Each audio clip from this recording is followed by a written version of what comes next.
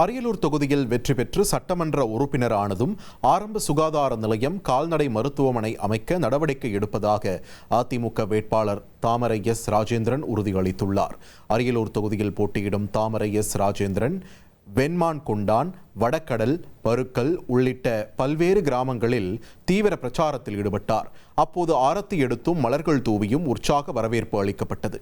பின்னர் பேசிய தாமரை எஸ் ராஜேந்திரன், அதிமுக ஆட்சி அமைந்ததும் குடும்பத்திற்கு 10,000 ரூபாய் உள்ளிட்ட அதிமுக வாக்குறுதிகளை கூறி இரட்டை இலை சின்னத்திற்கு ஆதரவு திரட்டினார். நீங்க ஆரம்ப சுகாதார நிலையமும் கால்நடை மருத்துவம் கேட்டிருக்கீங்க. கண்டிப்பா வந்த உடனே நான் 2க்கு முயற்சி எடுக்கிறேன். ஆனா வந்த உடனே நான் அடுத்த மாசமே கேட்காதீங்க. நான் ஏன்னா பொய் சொல்ல விரும்பல. கண்டிப்பா அதுக்கான சில சட்டத்திட்ட விதிமுறைகள் இருக்கு. அப்படி நான் ஒண்ணு செஞ்சு தரேன்.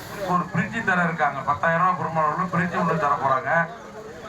1000 ரூபாய் மகளிருடைய அக்கௌண்ட்டுக்கு வரும்போது மாசம் 2000 ஆக்கியிருக்காங்க. இனி செல்லும் இடமெல்லாம் செய்தி. தந்தி டிவியின் வாட்ஸ்அப் சேனலை ஃபாலோ பண்ணினா செல்ல இருக்கும் இடமெல்லாம் செய்தி. இதோ QR கோட் இப்பவே ஸ்கேன் பண்ணுங்க, ஃபாலோ பண்ணுங்க.